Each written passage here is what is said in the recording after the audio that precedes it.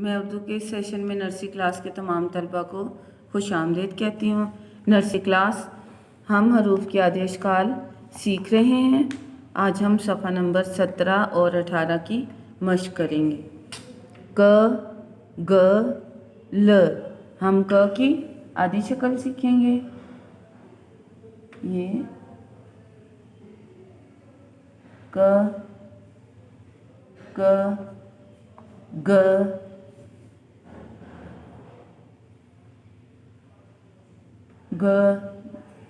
ल, ल।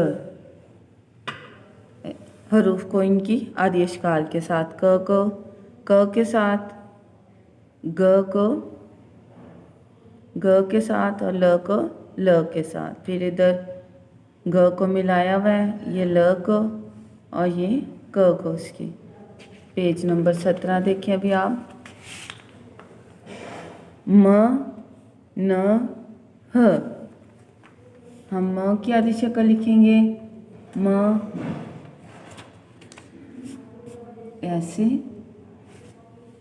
म, ये म। यहाँ पे भी फिर से हम प्रैक्टिस करेंगे। म, न, ह, ह। म को उसकी आधी शक्ल के साथ मिलाया हुआ है, न को उसकी आधी शक्ल के साथ, ह को ह की आधी शक्ल के साथ, ये न को मिलाया हुआ है।